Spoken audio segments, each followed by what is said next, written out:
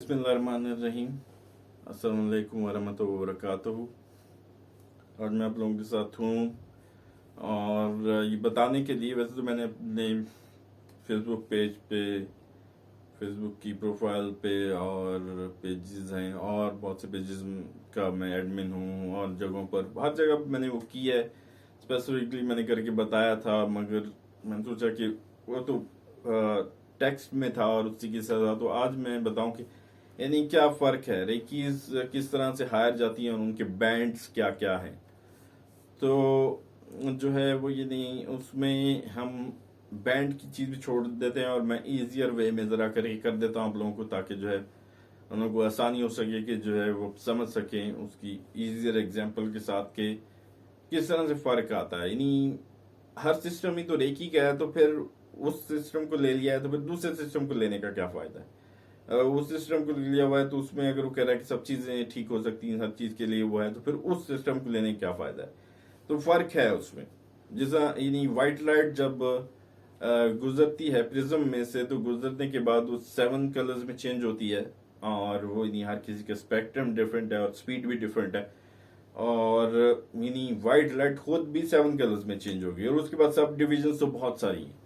इसी तरह जो है वो यानी लाइट तो है यूनिवर्स में हर जगह, मगर लाइट भी डिफरेंट डिफरेंट स्पेक्ट्रम्स पे, डिफरेंट डिफरेंट स्पीड्स पे और पावर लेवल्स पे जो है वो जा रही है। वाइब्रेशन एक खास तरीके से कर रही है, हायर वाइब्रेशन वाली, लोअर वाइब्रेशन वाली, हर तरह की चीजें हैं। तो उसमें जो है वो नहीं, उसमें की नंबर 1 पे आती है और उसको हम ये कह लेते हैं कि वो बैंड 1 पे है। और यानी जो है वो पावर लेवल उसका 100 हम करके कर लेते हैं। सूर्य की लेवल 2 जो है बैंड 2 पे है और उसका पावर लेवल हम 200 कर लेते हैं।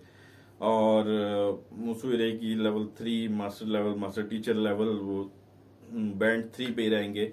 और जो है वो यानी आपको इधर ही यहाँ पे बॉल नजर आएगी, समझने की इतनी उसका पावर लेवल है, इतनी उसकी कैपेसिटीज है, इतनी उसकी जो है वो पावर है और वो सारा कुछ है।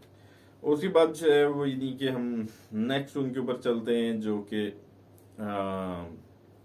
उससे ज़रा हायर चली जाती हैं और बाद में डिस्कवर हुई और दूसरे लोगों ने अपनी मेडिटेशंस की और फिर उन्हें वो मिली। तो उसमें जो है वो यानी करुणा रेकी, सिकम रेकी, कुंडलनी करुणा की, और जो है वो यानी वही बात 5000 है, तो उसमें और बहुत से नाम आ जाते हैं। मेनली ये वाली सारी हैं, ये बैंड 4 पर है। और यानी यहाँ पर अभी अब आपको बॉल नजर आ रही होगी, ये यानी उससे बड़ी है और यानी ज़्यादा कैपेसिटी, ज़्यादा पावर है, ज़्यादा स्ट्रॉन्गर है। उसके बाद जो है वो बैंड 5 के ऊपर हम जाते हैं। बैंड 5 की ऑटोमेटिकली उससे ज़्यादा हायर हैं, उससे ज़्यादा स्पीड वाली हैं, उससे ज़्यादा कैपेसिटी वाली हैं और ज़्यादा बड़ी हैं, मैथ में ही नहीं की ज़्यादा बड़ी हैं। उसको एग्जाम्पल के तौर पे समझने के लिए, और उसमें इमारा आ जाती है और अमारा आ जाती है और होली फायर की आ जाती है, और नजमी रे की आ जाती है, सम द हीलिंग एनर्जी आ जाती है, कोसो रेज आ जाती हैं, और ये सारी जो है इन्हीं की उसकी हैं। और ये बॉल आपको इधर नजर आएगी, वो जो है इन्हीं उस कैपेसिटी, उतनी पावर उसके लेवल है और बड़ी है। उसके बाद बैंड 6 की आ जाती हैं, यानी उसमें जो है वो वायलेट रेज, अल्ट्रावायलेट और मैजिक रे की, उसका नाम यानी कि मैजिक रे की, मगर मैजिक नहीं किया जाता उससे, मगर उस तरीके से करके है शामन एक रे की और वो सारी, तो वो बैंड 6 के ऊपर है। और वो जो है यानी उसकी कैपेसिटी ज़्यादा है, ज़्यादा पावर है, ज़्यादा हायर है, ज़्यादा पावरफुल है। और जो है इनकी उनकी पावर ज़्यादा है। और यानी आपको यहाँ पे बॉल नज़र आ रही होगी, तो वो जो है यानी कि उतनी बड़ी और इतनी जा रही बॉल्स, उसका मतलब ये कि वो कैपेसिटी बढ़ रही है, स्ट्रॉन्गर पावर है, ज़्यादा बड़ी है। तो मैं इसके ज़रिए से आप लोगों को मैं दिखा रहा हूँ ताकि समझना आसान हो जाए। उसके बाद बैंड 7 आ जाता है, उसके अंदर कुछ सिस्टम्स हैं और जो है वो यानी कि स्पेसिफिकली वो करके हैं, मैं भी बहुत यानी कि महंगे वो करा जाते हैं, $1200, $1400 और वो करके उस तरीके से। मगर बैंड 7, 7th बैंड के ऊपर, मगर वो बात है कि ये लिमिटेड नहीं है, उन्होंने तो अपनी रिसर्च करके वो करके किया, तो लिमिटेड नहीं, उससे आगे भी चल रही हैं और आगे भी जा रही हैं। तो बैंड 7 पे जो है वो वायलेट फ्लेम रेकी और जो है वो रेनबो रेकी और इस तरीके से इन्हीं के सिस्टम्स आने हैं, और बहुत से हैं, सबके नाम लेने ऐसी की जरूरी नहीं है। तो वो जो है इन्हीं के उसके ऊपर आ रही हैं, और वो इन्हीं आपको यहाँ बॉल नजर आएगी अभी, और ये जो है इन्हीं का और बड़ी हो गई हुई है, तो ये कैपेसिटी और वो वॉल्यूम अपना ज्यादा शो कर रही, ज्यादा हायर होगी, ज्यादा पावरफुल है। उसके बाद ही नहीं, अब तक तो सब लोग थ्रेशोल्ड पे चल रहे थे, 7 तक की पहुंचे थे, उससे ब्रेक कोई नहीं कर पा रहा था। मगर मैं अपने हिलर्स क्राइसिस और हायर लेवल पे गया तो उसको ब्रेक करके आगे पहुंचा, फिर उसको भी ब्रेक करके आगे पहुंचा, बैंड 9 पे पहुंचा, 10 पे, 11 पे, 12 पे, 20 पे, और इस वक्त 100 पे चला गया। तो ये नहीं कि आप लोगों ने अब तक तो जो बॉल्स देखी और वो सारी ये नहीं कि जितनी उनकी वो थी और साइज और सारा कुछ, उससे वॉल्यूम और वो सारा, तो उनके उसमें लगा दें कि सुपर एफ जब आई स्पेसिफिकली, उससे पहले भी एनहांस हो रही थी, मेरी अपनी एनर्जी उन्हीं को यूज करते हुए ज्यादा पावरफुल हो रही थी। Practice makes a man perfect, वो तो डेफिनेट बातें कर, जितनी प्रैक्टिस करता है उसकी पावर ज्यादा होती है, जो प्रैक्टिस नहीं कर रहा होता उसकी पावर जरा कम होती है। नॉर्मल रेकी, उस रेकी भी ले लिया जाए, मगर सुपर अप जो है वो तो फिर बहुत ज्यादा एडवांस होगी कि इन बॉल का तो कुछ भी नहीं है उसके सामने। यानी फाइनल जो बॉल आपको ये नजर है यहाँ पर, ये यानी कि इस साइज की जो इस तरह से, तो इससे ज्यादा यानी कि उसका इंक्रीज देखें कि वो मून जितनी, यानी सुपर अप जो है वो मून जितनी बड़ी है।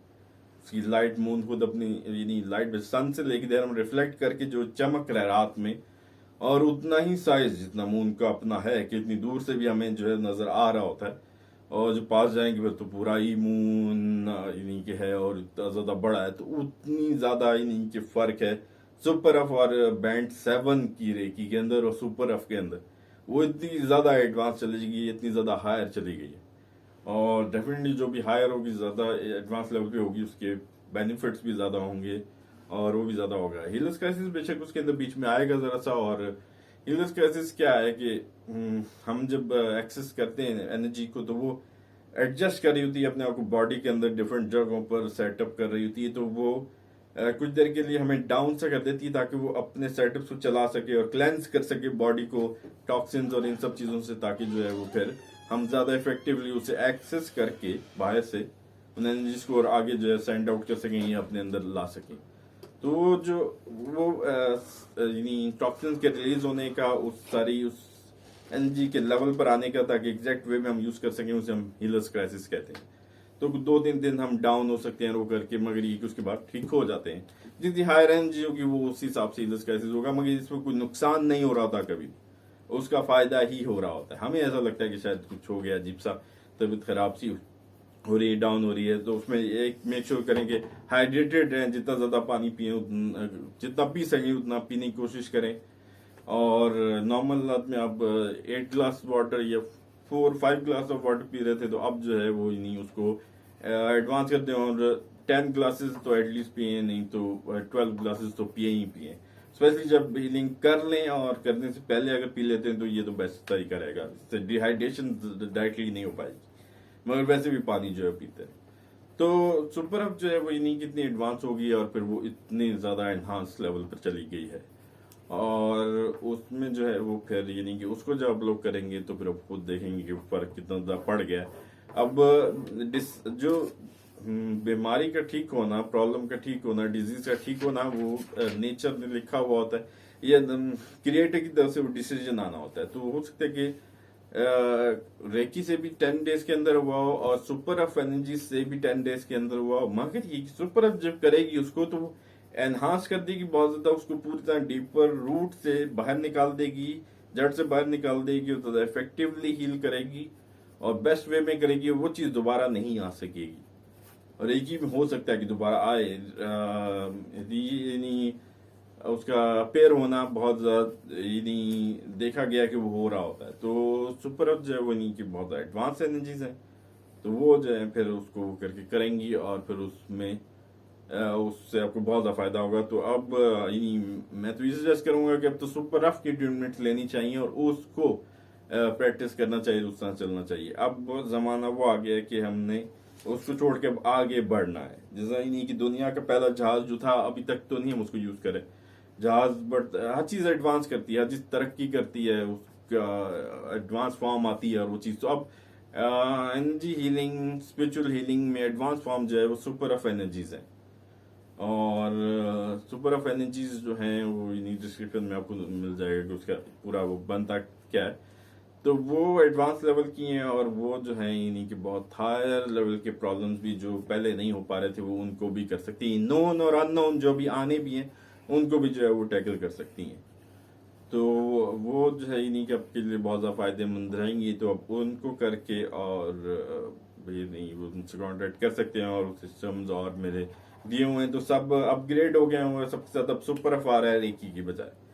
तो नॉर्मल अंडरस्टैंडिंग के साथ अगर उनके साथ रेकी लिख भी जाए तो तब भी कोई इशू नहीं है, क्योंकि यूनिवर्सल एनर्जी, रेकी का मतलब तो यूनिवर्सल एनर्जी बनता है, तो वो भी यूनिवर्सल एनर्जी है, और बहुत हायर वाइब्रेशन की, बहुत हायर फ्रिक्वेंसी की, बहुत ज्यादा हायर स्ट्रॉन्गर लाइट है कि वो चांद जैसी जो है, और उतनी स्ट्रांग, उतनी बड़ी, उतनी ज्यादा पावरफुल।